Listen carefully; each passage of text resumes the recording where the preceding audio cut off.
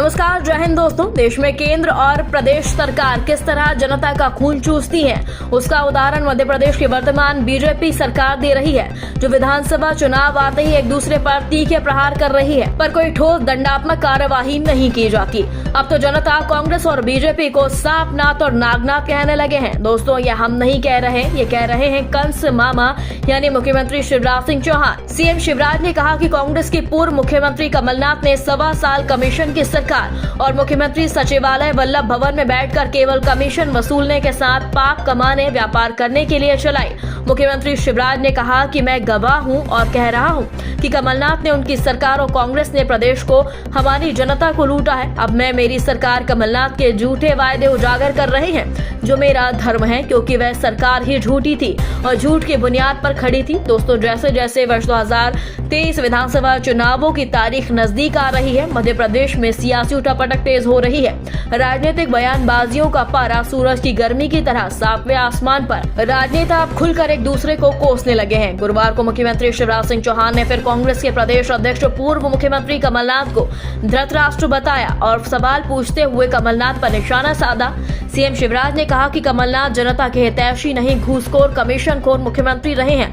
1.5 साल कमीशन वाली सरकार चलाई और प्रदेश की जनता को लूटा। इस पर पूर्व मुख्यमंत्री पीसीसी चीफ कमलनाथ ने पलटवार करते हुए कहा, शिवराज भूल गए, मैं चाहता तो व्यापम में ही निपटा देता। दोस्तों, आपको बता दें, प्रदेश के मुख्यमंत्री शिवराज सिंह चौहान ने गुरुवार को प्रदेश कांग्रेस कमेटी के अध्यक्ष कमलनाथ पर बड़ा हमला बोला। शिवराज ने मीडिया के सामने सार्वजनिक मंच से कमलनाथ को भ्रष्ट बताकर सवाल पूछा कि कांग्रेस की 1.25 साल की सरकार में कमलनाथ ने किसानों को निःशुल्क मिट्टी और बीज परीक्षण का वादा क्यों पूरा नहीं किया।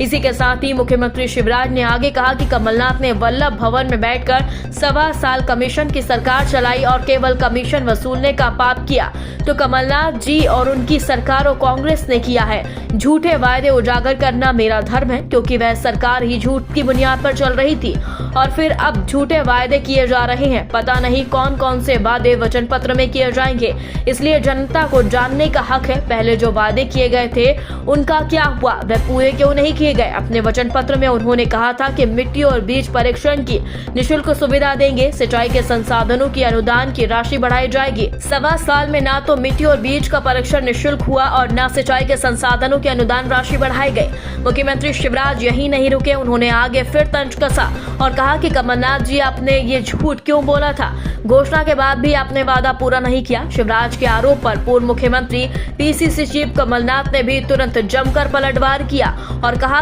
शिवराज आप भी बड़बोले हैं, आप ही का बाट, आप ही का तराजू और आप ही तौलते हैं। शिवराज जी, आप खुद ही घोषणा करते हैं, खुद ही अपनी पीठ थपथपा लेते हैं और खुद ही उस घोषणा को कूड़े में फेंक देते हैं। अपनी विकास यात्रा में जनता इन घोषणाओं का हिसाब मांग रही है। कहीं काले झंडे दिखाए जाते हैं, कहीं किसान कपड़े उतार कर प्रदर्शन कर रहे हैं, कहीं पंचायत भवनों के ऊपर ताला डाला जा रहा है, तो कहीं फर्जी विकास रत भ्रष्टाचार वाली सड़कों के अंदर धंस जा रही हैं। फिर भी आप जनता के किसी सवाल का जवाब नहीं दे रहे। कमलनाथ ने भी शिवराज को घोटालेबाज बताते हुए 100 करोड़ की कृषि स्टार्टअप कोष पर सवाल दागा और पूछा कि क्या हुआ मामा, 100 करोड़ रुपए कहां गए। कमलनाथ ने शिवराज से सवाल किया है, आपने घोषणा की थी कि 100 करोड़ रुपए के मध्य प्रदेश कृषि स्टार्टअप कोष की स्थापना की जाएगी और कृषि उद्यमियों को इस कोष का इस्तेमाल कर कृषि क्षेत्र में आधुनिक उद्यम लगाने के लिए आमंत्रित किया जाएगा। अब जनता को बताइए, वह सब कहाँ है, यह कोष कहाँ है, वह आमंत्रण, जवाब दीजिए शिवराज जी।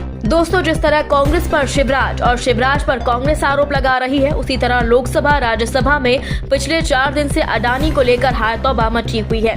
जनता को बेवकूफ समझा जा रहा है, पर कोई कार्यवाही नहीं की जा रही, जो साबित करता है कि जनता सही कह रही है। एक सांपनाथ है और दूसरा नागनाथ। दोस्तों, इस पूरे खबर पर आपकी क्या राय है, कमेंट बॉक्स में हमें जल्द बताएं। दोस्तों, खबर अच्छी लगने पर लाइक शेयर जरूर करें। अगली ताजा खबर के साथ हम फिर हाजिर होंगे, तब तक के लिए नमस्कार।